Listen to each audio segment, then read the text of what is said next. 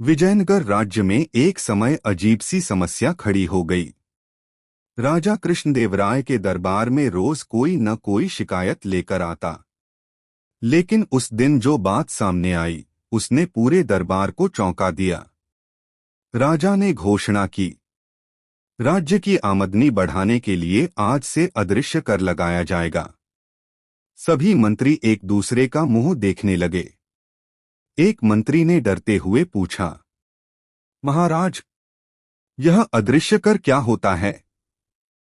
राजा गंभीर स्वर में बोले, जो दिखाई नहीं देता उसी पर कर लगेगा।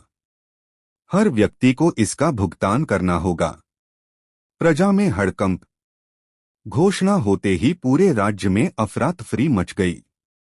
लोग सोचने लगे, जो दिखाई ही नहीं देता उसका कर कैसे दें? कुछ चालाक व्यापारी इस मौके का फायदा उठाने लगे। वे लोगों से कहने लगे, हमने अदृश्य कर पहले ही दे दिया है, अब आप भी हमें अतिरिक्त पैसा दें। प्रजा परेशान हो गई। तेनालीराम की मुस्कान। दरबार में बैठे तेनालीराम सब देख सुन रहे थे। उनके चेहरे पर हल्की सी मुस्कान थी। अगले दिन वे दरबार में देर से पहुंचे। राजा ने पूछा, तेनालीराम, आज इतनी देर क्यों?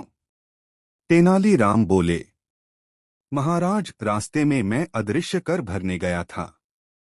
दरबार में सन्नाटा छा गया। बुद्धि का खेल।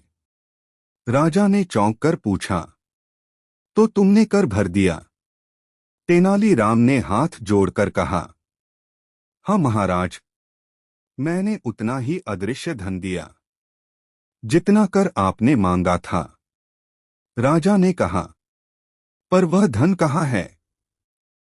तेनालीराम मुस्कुराए, महाराज, धन अदृश्य था, इसलिए दिखाई नहीं दे रहा। पूरा दरबार हंसी से गूंज उठा। सच्चाई सामने आई। तेनालीराम ने आगे कहा, महाराज, जब कर ही अदृश्य है तो उसकी वसूली भी भ्रम बन जाती है, और भ्रम का फायदा केवल धोखेबाज उठाते हैं, प्रजा नहीं। राजा कृष्णदेवराय को अपनी गलती समझ आ गई।